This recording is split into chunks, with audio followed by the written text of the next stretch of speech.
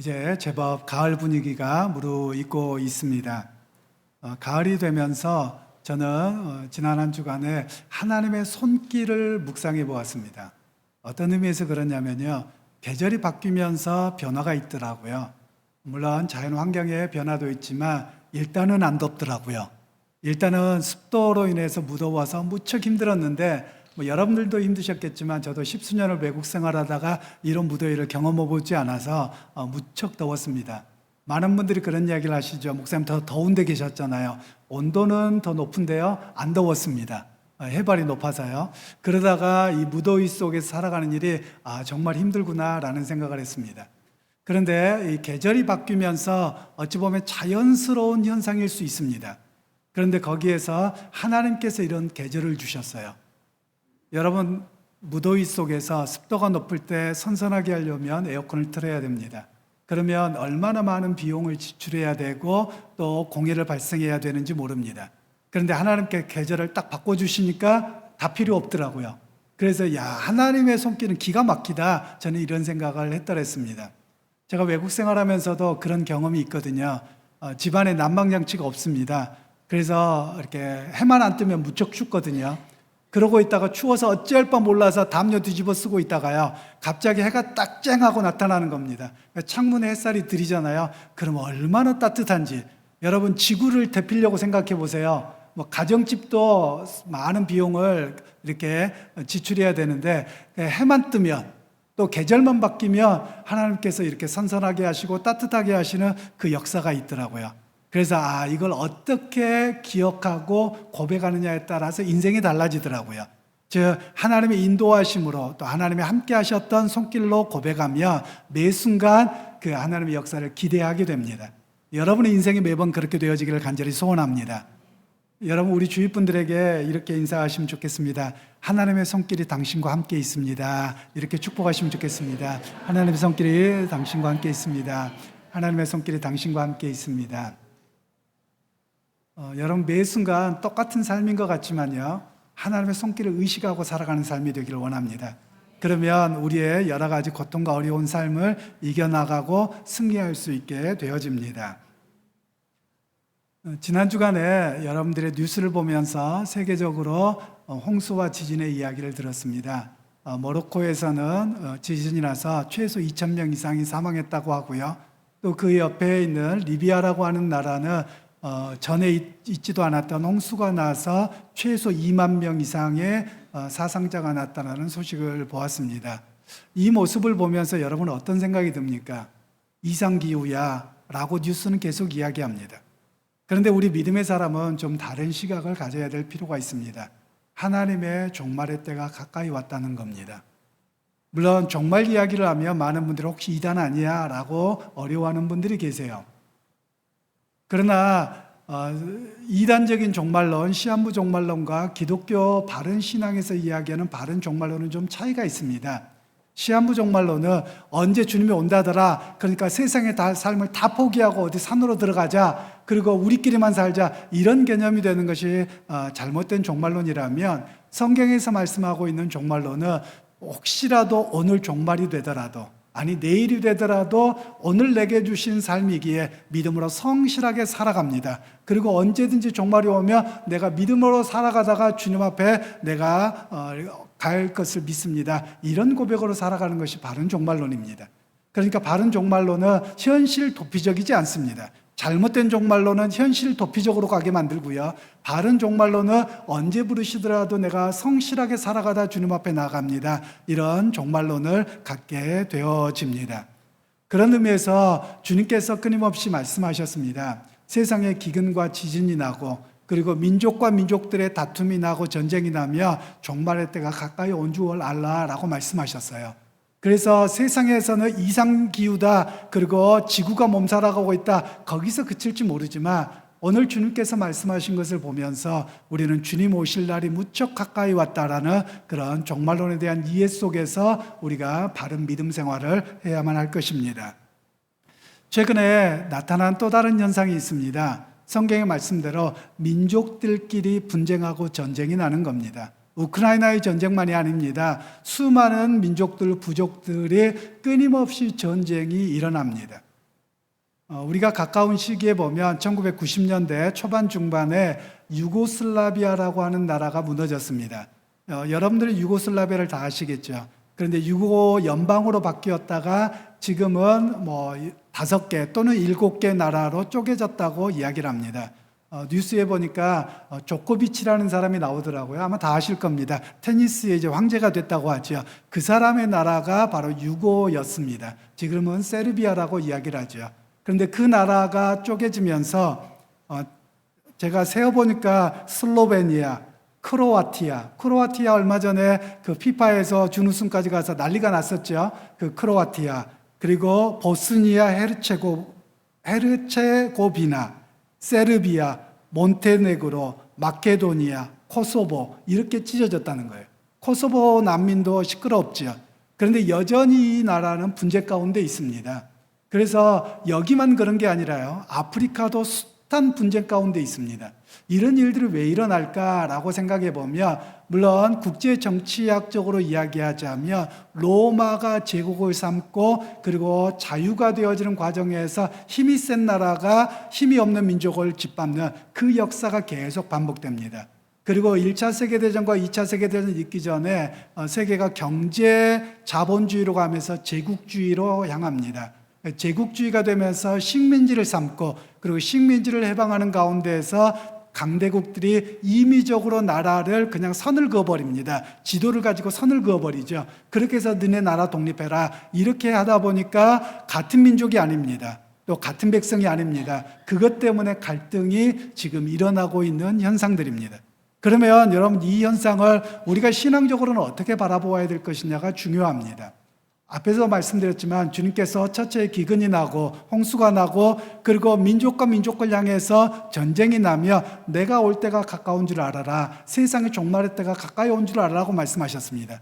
그러면 우리가 이런 현상을 보면서 종말의 때가 가까운 줄 알아야 됩니다. 그럼 무섭고 두려움으로 살 것이 아니라 그 종말의 때에 나는 구원받을 만한 바른 믿음으로 서 있는가 우리의 믿음을 점검해야 될 때가 지금의 모습이라고 이야기를 할 수 있습니다. 우리나라의 경우에는 민족과 국가가 같은 개념입니다. 물론 정치와 이념으로 인해서 남북한이 나누어지기는 했습니다만 우리에게는 한 민족이 하나의 나라를 이룬다 뭐 당연한 것처럼 여겨집니다. 그러나 외국에 나가면 한 민족이 하나의 나라를 이루는 것이 아니라 서로 다른 민족이 강제적으로 합병되어져 있습니다. 그래서 끊임없이 다툼들이 있죠. 우리가 잘 아시는 것처럼 제가 외국에 나갔을 때 영국 사람을 만났습니다. 그래서 너 영국 사람 잉글랜드냐 그랬더니 팔짝 뛰는 겁니다. 내가 무슨 잉글랜드 사람이냐는 거예요. 그래서 어느 나라 사람인데 그랬더니 스코틀랜드 사람이라는 거예요. 아니 잉글랜드랑 스코틀랜드가 똑같은 거 아니야? 영국 아니야? 우린 이렇게 이야기하잖아요. 그들은 다른 나라입니다. 그런데 그들에게 The Great Britain이라고 이야기를 하면 그거는 맞아. The United Britain이라고 이야기하면 맞다고 이야기합니다. 그런데 잉글랜드냐라고 하면 아니라고 합니다. 그 사람들 잉글랜드 사람들 아니거든요. 뭐 웨일즈 사람들도 마찬가지고요. 그런 사람들이 숱하게 많습니다. 그처럼 이런 모습들을 보면서 우리는 어찌해야 되는가? 사실 성경에서는 민족에 대한 이야기를 하고 있거든요. 그 민족의 문제가 어떤 문제로 발생하고 있느냐, 그리고 사도 바울은 그 민족의 문제를 붙들고 어떻게 기도하느냐, 이런 이야기를 오늘 우리에게 들려주고 있습니다. 여러분 모르긴 몰라도 나중에 중국이 갈라지면 어마어마하게 갈라질 겁니다. 중국에 수많은 부족들이 있잖아요. 소수 민족들이 있는데 사회주의 사상으로 묶어져 있습니다. 근데 그거 갖고도 안 되는 거예요. 그러니까 그들이 하고 있는 것이 중화사상이라는 겁니다. 그 중화사상의 일부 중에 하나가 동북공정이라고 하는 겁니다. 여러분 들어보셨을 텐데요. 우리가 보통 역사 왜곡을 하면 일본만을 향해서 우리가 각을 세웁니다.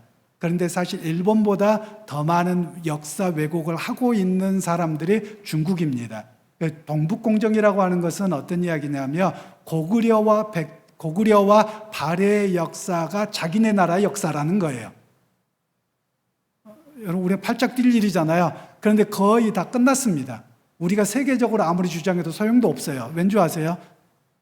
발해가 우리 땅이 아니잖아요. 고구려가 우리 땅이 아니잖아요. 그러니까 그 사람들이 역사 자료와 그리고 유물들을 공개하지 않아 버립니다. 그래서 이미 자기의 나라로 역사로 다 편입해서 그리고 자기의 어떤 조그만 성에 어떤 성의 나라 이야기로 그냥 이렇게 치부해서 이미 역사 왜곡이 다 끝나버렸습니다. 그런데 나중에 언젠가 중국이 무너지면 엄청난 변화가 일어날 겁니다. 바로 그런 모습들을 보면서 우리가 사람들은 왜 이렇게 하는가에 대한 이해를 좀 우리가 깊이 할 필요가 있겠습니다. 제가 민족과 나라에 대한 이야기를 하는 이유는 사실 오늘 성경에서 사도 바울이 그 이야기를 하고 있기 때문인데요. 즉 사도 바울은 자신의 민족과 가족과 친지들을 보면서 애타는 마음을 갖고 있습니다. 왜 그가 그렇게 그토록 애타는 마음을 가지고 있는지 우리가 좀 새겨볼 필요가 있겠는데요. 1절로 3절 말씀을 우리가 다시 한번 합독하도록 하겠습니다. 내가 그리스도 안에서 참말을 하고 거짓말을 아니하냐노라. 나에게 큰 근심이 있는 것과 마음에 그치지 않는 고통이 있는 것을 내 양심이 성령 안에서 나와 더불어 증언하노니 나의 형제 곧 권력의 친척을 위하여 내 자신이 저주를 받아 그리스도에게서 끊어질지라도 원하는 바로라. 아멘. 바울은 유대인으로 살았습니다. 또한 그뿐만 아니라 그가 율법을 따라 살아가겠다는 바리새인으로 살았습니다. 물론 그가 예루살렘 사람도 아니고 갈릴리 사람도 아닙니다. 그는 이민자로 태어났습니다. 길리기아 지방의 다소라고 하는 지역에서 태어났는데요. 지금의 터키 지방이 됩니다. 그런데 로마 제국에 의해서 길리기아 왕국이 강제로 합병당했습니다. 그래서 이 다소라고 하는 것은 길리아 왕국의 수도였습니다. 이 길리기아라고 하는 곳에 대해서 역사적으로 좀 살펴보면 사실 이 사람들은 자부심을 가질 만했습니다. 왜 그러냐면 우리가 잘 아는 것처럼 로마 숫자라고 할까요? 알파벳, A, B, C, D 아시잖아요. 이 글자의 어원을 만들었던 사람이 페니키아라고 하는 사람들입니다. 이 페니키아 문명을 들어본 적이 어렴풋하게 있으실 텐데요. 이 사람들에 의해서 세워진 나라가 길리기아라고 알려져 있습니다. 그러니까 이 다소라고 하는 지역의 사람들은 우리가 유럽 역사의 시작이다, 이런 정도의 자부심을 가지고 살았던 그런 곳입니다. 그러면 여러분 문화가 있었고요. 그곳에 번성한 그런 경제가 있었던 곳이죠. 여러 가지 이유로 인해서 유대인들은 자기의 고국에 살지 못하고 이민자로 살아가게 되는 그런 삶이었습니다. 그런데 여러분 이민자들의 정서가 있습니다. 그것은 뭔 줄 아세요? 자기의 고국을 바라보는 거예요. 항상 거기에 초점을 맞추고 살아갑니다. 제가 통계청에 자료를 좀 찾아보았더니 이렇게 이야기를 하더군요. 남북한의 합한 인구로 보통 이야기를 하더라고요. 남북한 인구가 얼마냐면 7,763만 명입니다. 그런데 외국에서 나가 생활하는 사람이 얼마나 되는가 봤더니 2021년에 외교부의 통계입니다. 통계가 732만 명입니다. 거의 10분의 1 정도가 나가 산답니다. 그리고 우리 한국 사람들이 세계에 어느 정도에 퍼져서 사는가 자료에 보니까 193개국에 흩어져서 산답니다. 어마어마하게 한국 사람들이 흩어져서 살아가고 있는 것이지요. 이민 생활을 하는 이유가 여러분 무엇이라고 생각하십니까? 이민 생활을 할 때 과거에는 어떻게든지 우리나라가 너무 못 살고 어려웠기 때문에 좀 아이들 배를 골지 않겠다라고 해서 이민 생활을 나가셨습니다. 그리고 또 어떤 분들은 자녀 교육을 위해서 나가신 분들도 있고요. 어떤 분들은 정치적인 탄압으로 인해서 우리나라 땅에서 숙청 대상이 되어서 살아갈 수 없어서 나간 분들도 있습니다. 최근에 젊은 세대들은 한국에 한동안 유행했던 헬조선이라고 했죠. 한국의 생활이 너무나도 비교의식 그리고 압박감이 심해서 외국에서 나가서 좀 평안한 삶을 살겠다고 해서 코로나 이전에는 많은 사람들이 나가기도 했습니다. 그러면 여러분 이민자들이 이렇게 나가면서 항상 두 가지를 경험합니다. 바울도 똑같았을 것으로 보는데요. 하나는 무엇이냐면 이방인이라는 시선입니다. 사람들이 바라보면서 저 사람은 외국 사람이야 라고 하는 그 의식 속에서 항상 나의 정체성과 나의 뿌리는 저기에 있는데 이렇게 바라보고 살아가게 됩니다. 저희가 한국에 나오기 전에 저희 둘째 아들이 한국에 나와 살았습니다. 작은 아이가 애솔인데요. 애솔이가 왔을 때 제가 물어봤습니다. 물론 저희보다 먼저 나왔죠. 야, 한국에 나와서 사니까 어때? 라고 물어봤어요. 물론 어렸을 때 초등학교 4학년까지 다녔다가 10여 년을 밖에 나갔다 왔으니까 뭐 그래도 한국 생활인데 비슷할 것 같았어요. 그런데 아이가 아빠 한국 너무 편해요 그래요.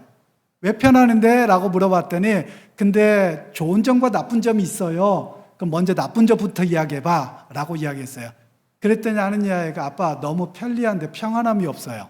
너무 쫓기면서 살고 괜히 불안해요. 이런 이야기를 하는 거예요. 아마 여러분들도 대부분 공감하실 겁니다. 그런데 좋은 건 뭔데? 라고 물어보았더니 좋은 건 많은데요.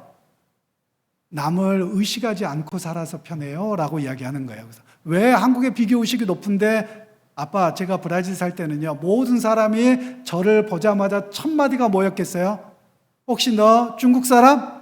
일본 사람? 이러고 물어본다는 거예요. 그럼 나는 한국 사람. 항상 이렇게 이야기를 하고 살아가야 된다는 거예요. 그러면서 거기에 살면서 나쁜 행동을 하면 안 된다는 거예요. 왠지 아세요? 한국의 대표 선수거든요.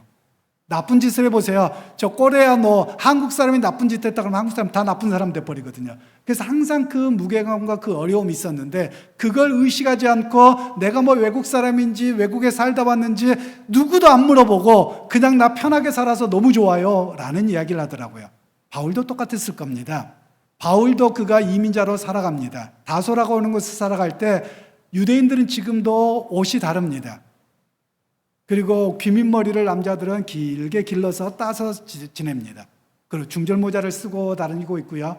그리고 긴 망토 같은 옷을 입고 다닙니다. 또 여성들은 어떻습니까? 항상 머리에 천을 묶고 살아갑니다. 그리고 무릎 밑에가 아니라 발목까지 오는 긴 치마를 대부분 입고 살아갑니다. 그냥 누가 보더라도 유대인이에요.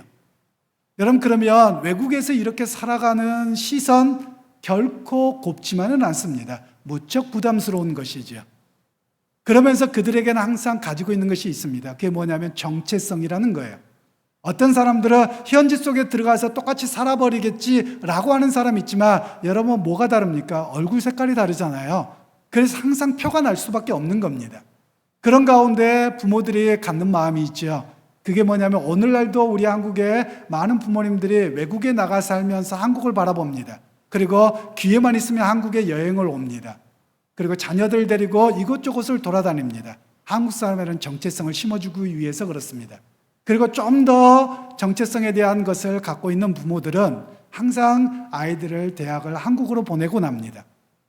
그와 같은 마음으로 아마도 바울의 부모님은 바울을 예루살렘으로 유학을 보냈던 것이죠. 그래서 그에게 바리새인으로 살아가도록 그에게 이야기를 했습니다. 그는 유대인으로서의 정체성, 바리새인으로서의 정체성, 하나님의 선민으로서의 정체성을 가지고 그는 살아가고 있었습니다. 그런데 예수라는 이야기, 사람의 이야기가 들려졌고 결국 예수를 핍박하고자 하다가 다메섹으로 가는 도중에 예수님을 만났습니다. 그리고 진정한 기쁨이 무엇이고 진정한 구원이 무엇인지를 깨달았습니다. 그래서 자기와 함께했던 바리새인들을 찾아가서 예수 믿어야 된다고 이야기하는데 콧방구를 낍니다. 아는 척도 안 합니다. 오히려 자기를 적대시합니다. 여러분 그러면 어떻겠습니까? 나 유대인 안 할래. 이 사람들 나쁜 사람들이야. 가는 데마다 와서 시비를 걸거든요. 유대인들이 와서요. 그럼 나는 그냥 로마 사람으로 살래. 이럴 수 있었을 거예요. 그런데 그는 그렇게 하지 않습니다. 오늘 본문의 3절에 내 권력과 친척을 위해서 내가 그리스도에게 끊어질지라도 그들이 돌아오기를 원한다 라고 이야기를 합니다. 왜 그럴까요? 이유 없어요. 유대인이기 때문에 그렇습니다. 내 민족이기 때문에 그러하다라는 것이죠. 여러분, 애국심은 언제 발동합니까? 평소 때는 그렇지 않아요. 그런데 침략을 당했을 때 또는 어려움이 있었을 때 이런 모습이 생겨집니다. 요즘 젊은 세대는 어쩔지 모르겠습니다만 80년대 아마 초중반까지만 하더라도 오후 5시가 되잖아요. 그러면 태극기를 내린다고 해서 애국가가 퍼져나왔습니다. 그러면 길 가다가 다 서서 태극기 쳐다보고 노래 부르고 그랬던 적이 있을 거예요. 아마 요즘 중고등학생이나 젊은 세대가 이야기하면 무슨 공산주의 시대에 사셨어요? 아마도 그럴 것 같아요. 아마 요즘의 시각으로 보면 거의 그런 느낌이죠. 그렇게 살았더랬습니다. 제 경험으로도 그렇습니다. 외국 생활을 10수년을 하면서 애국가만 들려와도 눈물이 왈칵 쏟아지던데요. 제가 봤던 영화 중에 우생순이라고 하는 영화를 봤습니다. 이것은 2004년에 우리나라 여자 노장 핸드볼 선수들이 노장의 투혼을 발휘해서 끝까지 했던 것을 영어로 만들어서 우리 생애 최고의 순간이라는 것을 줄여서 우생순이라고 하는 영화가 2008년에 나왔어요. 근데 그 영화를 봤는데 때마침 브라질에서 여자 핸드볼 경기가 있는 거예요. 상파울루에서 아마 3시간 정도 됐던 것 같아요. 한국 사람 한 사람도 안 사는 도시입니다. 그런데 그 영화를 본 것 때문에 가보고 싶더라고요. 갔어요. 그랬더니 한국 사람 몇 분 와 계시더라고요. 10명이 안 되더라고요. 그런데 거기에서 카자흐스탄하고 경기를 하는데 지기는 했어요. 참 답답하긴 하더라고요. 속상하고요. 그런데 시작할 때 뭐가 울립니까? 태극기가 올라가고 애국가가 퍼지는 거예요. 얼마나 벅차는지요. 북받치더라고요. 그래서 막 닭똥 같은 눈물이 괜히 나더라고요. 이민 생활을 하면서 우리나라 애국가만 들려도 자동적으로 그런 마음이 들더라고요. 여러분, 그게 뭡니까? 한국 사람이라는 거예요. 이유 없어요. 뭐 국가가 나한테 뭘 잘해주고 못해주고 그런 거 없어요. 그냥 내가 한국 사람이어서 애국가만 들리고 그냥 먼 나라에 가서 한국 사람만 만나도 그렇게 반가울 수가 없는 거예요. 왜요? 한국 사람이어서 그렇습니다. 사도 바울은 자기를 그렇게 비난하고 죽이려 하고 애썼음에도 불구하고 왜 그렇게 애끓는 심정으로 자기 민족이 예수 믿기를 바랍니까? 유대인이어서 그렇습니다. 여러분, 오늘 우리에게도 마찬가지입니다. 여러분 가족들 가운데 혹시 예수 믿지 않는 분들이 계십니까? 여러분, 그러면 함께 천국 갈 수 있는 역사가 있기를 소원합니다. 정말 애끓는 마음으로 함께 기도하실 수 있기를 소원합니다. 또한 여러분, 우리 민족에 대해서도 마찬가지입니다. 한국 사람이 이렇다 저렇다 싫다, 아니요, 그래봤자 한국 사람입니다. 저는 그래서 우리나라가 정말 복음으로 역사가 변화되는 은혜가 있기를 간절히 소원합니다. 여러분, 바울은 그런 의미에서 우리의 믿지 않는 가족들을 향해서 어떻게 바라볼 것이냐, 나 혼자 천국 갈 수 있는 건 아니지 않습니까? 나 혼자만 가서는 아니 되지 않습니까? 그래서 가족을 가슴에 끌어안고 간절히 기도하고 복음의 역사가 이루어지기를 원하는 메시지가 바로 오늘 메시지입니다. 그러면서 두 번째로 우리가 유대인이라고 해서 자동적으로 구원받는 게 아니라는 것이죠. 즉 우리로 이야기하면 교회 다닌다고 자동적으로 구원받는 게 아닙니다. 또 직분받았다고 해서 자동적으로 구원받는 것이 아니라고 성경은 이야기합니다. 6절로 7절 말씀을 다시 한번 합독하도록 하겠습니다. 그러나 하나님의 말씀이 폐하여진 것 같지 않도다. 이스라엘에게서 난 그들이 다 이스라엘이 아니요 아브라함의 씨가 다 그의 자녀가 아니라 오직 이삭으로부터 난 자라야 내 씨라 불리리라 하셨으니. 아멘. 바울은 유대인들의 교만을 먼저 지적합니다. 그 교만이 무엇이냐면 민족의 정체성이 교만으로 작용했다는 겁니다. 아브라함의 자손이라는 거예요. 그런데 바울은 아브라함의 자손이라고 해서 다 아브라함의 자손이 아니라 약속으로 난 자녀만이 아브라함의 자손이다 라고 이야기를 하고 있습니다. 즉 무슨 이야기냐면 유대인들은 율법의 가치를 따라 살았습니다. 그들이 나라를 잃어버렸어요. 여러분, 보통 문화인류학에서 이런 이야기를 합니다. 염색체는 똑같다고 하더라도요, 언어와 문화를 잃어버리면 같은 민족이 아니라고 이야기를 합니다. 그래서 어디에든지 가면 공통적으로 이야기하는 것이 언어와 문화를 이야기합니다. 바울에게서도 유대인들 예수님 당시에도 그렇고 지금도 유대인들의 색깔이 다 달라요. 피부가 다 섞여 있어요. 그런데 또 그들이 공통적으로 이야기하는 것은 뭐냐면 율법이라고 하는 겁니다. 즉 하나님의 율법을 가치로 여기고 살아가는 겁니다. 여러분, 이게 뭐와 똑같냐면요, 여러분들, 저는 이런 경험이 있었는데요. 제가 예전에 신방을 가면 아이들 땡깡 부리고 이런 아이들 가끔 있잖아요. 낯선 사람이 왔다고. 그러면 부모님이 뭐라고 해요? 엄마가, 야, 목사님이 내 이놈해! 이러는 거예요. 그럼 제가 뭐라고 한 줄 아세요? 아니, 집사님, 왜 선한 목사, 왜 나쁜 목사 만드세요? 또 아이들이 음식점에서 소리 지르고 울 때 땡깡 부리잖아요. 그럼 부모님이 꼭 뭐라 그래요? 옆에 아저씨가 내 이놈 한다 이래요. 아니, 괜히 가만히 있는 아저씨 왜 나쁜 사람으로 만들어요? 여러분, 우리가 이렇게 하는 것처럼 유대인들은 좀 다르게 합니다. 아이들이 땡깡 부르고 뭐 하잖아요. 그러면 율법이 말씀하시기를, 율법은 이렇게 하나님의 말씀이야 끊임없이 이렇게 했던 거거든요. 그러니까 그들이 가장 중요하게 여겼던 것은 하나님의 모세의 율법을 중심으로 해서 아이들을 가르쳤고 정체성을 세우고 모든 삶의 어떤 결과물을 내고 어떤 일을 할 것인가, 율법에 옳은 일인가 매번 그렇게 살아왔던 사람들이 유대인들이었습니다. 여러분, 이런 의미가 어느 정도인가를 저는 유대인들을 보아서 좀 알기도 하는데요. 아마 제가 또 브라질 이야기를 할 겁니다. 목사님이 브라질 너무 좋아하나 보다 이러지 말고요. 우리나라는 이런 상황이 없어서 좀 브라질의 상황이 비슷해서 이야기를 드리려고 하는데요. 제가 이렇게 사역했던 교회에 1.5세 되는 자매가 있었어요. 근데 한국말을 잘합니다. 그런데 이 자매가 결혼을 했는데 같은 1.5세인지 아마 2세가 맞을 겁니다. 2세 형제하고 결혼을 했어요. 근데 이 형제가 한국말을 거의 못합니다. 아예 못한다고 할 정도로 거의 못해요. 교회 다녀본 적도 없어요. 그런데 아내가 교회를 자꾸 데리고 오니까 오기는 오는데 와서 뭐 합니까? 적응을 못하는 거예요. 그냥 한국말로 설교하죠. 다 한국말 하죠. 물론 포르투갈어로 이야기는 하지만 적응을 못하는 거예요. 무척 힘들어합니다. 그래서 교회를 잘 안 나오는 거예요. 그래서 가게 신방을 갔습니다.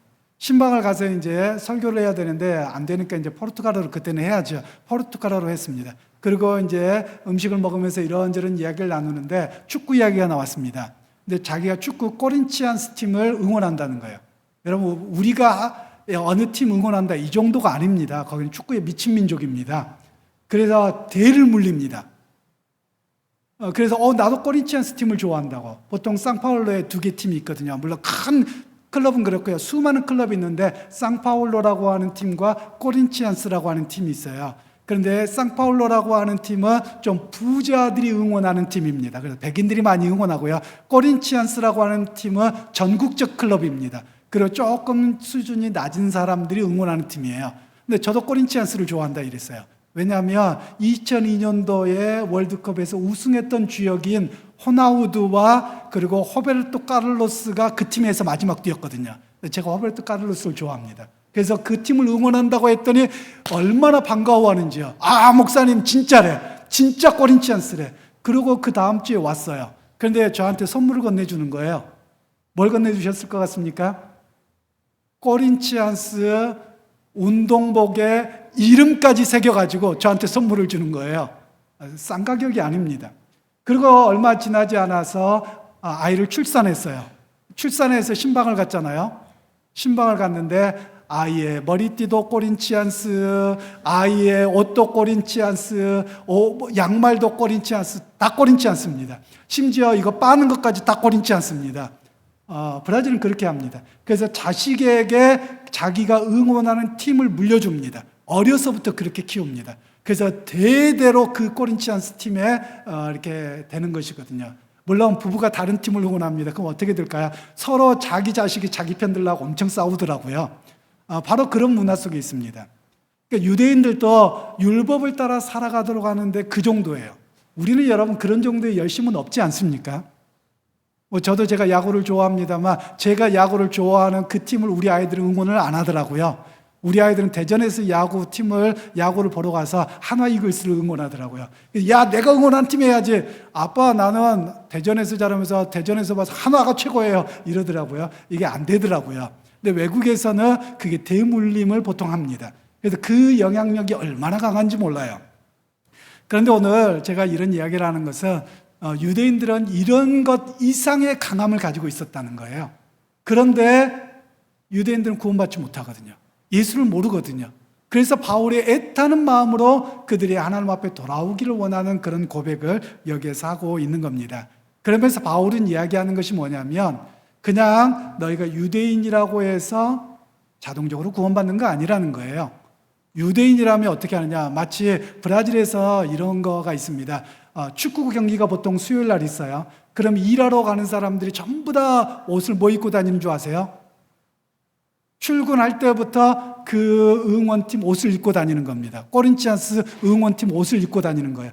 그래야지 코린치안스라고 이야기하는 겁니다. 저처럼 안 하는 사람은 진짜는 아니라는 거예요. 그처럼 사도 바울의 메시지가 그거예요. 너희가 유대인이라고 해서 진짜 유대인이 아니라 아브라함이 믿었던 그 하나님을 믿는 믿음으로 살아가는 것이 진짜 아브라함의 자녀다라고 이야기를 하고 있는 내용입니다. 그러면서 성경은 좀 더 구체적으로 누가 구원받을 수 있는가를 이야기하고 있는데요. 7절, 8절 말씀을 다시 한번 합독하도록 하겠습니다. 또한 아브라함의 씨가 다 그의 자녀가 아니라 오직 이삭으로부터 난 자라야 내 씨라 뿔리리라 하셨느니라. 아멘. 네, 혹시 여러분 제가 브라질 코린티안스 이야기했다고 그것만 기억하시면 오늘 메시지 잘못 듣는 겁니다. 여러분 제가 오늘 본문에 보면 아브라함이 씨로 났다고 해서 아브라함의 씨가 아니라는 거예요. 여러분 아브라함에게 몇 명의 아들이 있었을까요? 8명의 아들이 있었습니다. 하갈을 통해서 몸적인 하갈을 통해서 난 이스마엘이 있었고요. 그리고 사라를 통해서 난 이삭이 있었습니다. 그리고 사라가 죽은 이후에 후처를 얻었는데 그두라라고 하는 여인을 얻었습니다. 그두라라는 여인에게서 아들 6을 낳았습니다. 그래서 아들이 8입니다. 그런데 성경에서는 이야기하기를 아브라함의 씨가 누구냐? 이삭의 씨가 아브라함이다라고 이야기합니다. 혈통 이야기를 하고 있는 게 아니에요. 그 이야기는 무슨 이야기냐면 아브라함이 어떤 사람이었습니까? 갈대아 우르에서 지금의 이라크 지역에 살 때 하나님께서 갑자기 나타나셔서 내가 너에게 지시할 땅으로 가라라고 했습니다. 어디로 갈지 모른 거예요. 하나님이 말씀하시니까 그냥 갈게요. 갔던 사람이에요. 이걸 믿음이라고 이야기를 하는 겁니다. 그의 삶의 미래가 보장되어져 있습니까? 오히려 보장된 삶에서 더 막막한 광야의 길로 갔어요. 그런데 하나님이 가라고 하니까 믿고 나간 거예요. 바로 이삭도 그 하나님을 바라보고 나아가 살았던 사람입니다. 다른 아들들은요 다 세상으로 가버렸거든요. 그래서 그들을 향해서는 아브라함의 씨라고 이야기하지 않습니다. 왜냐하면 세상으로 나가버렸기 때문에 그렇습니다.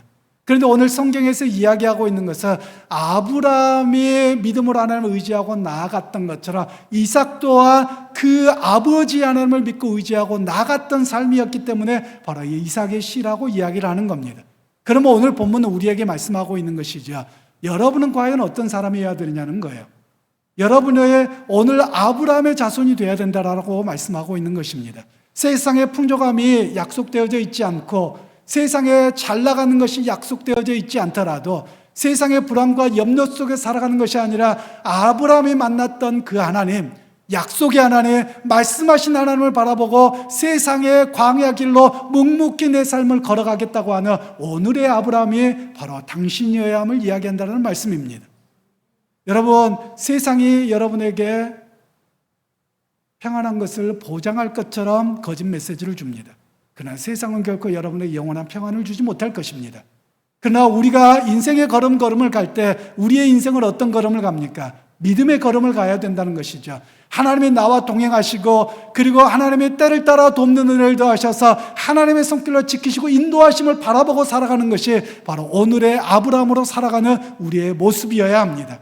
그러게 여러분, 이번 한 주간을 살아가실 때 여러분이 아브라함으로 살아가실 수 있길 소원합니다. 여러분 가정의 아브라함, 여러분의 인생의 아브라함, 오늘의 아브라함으로 승리하는 그런 믿음의 성도들이 다 되시기를 주님의 이름으로 축원합니다.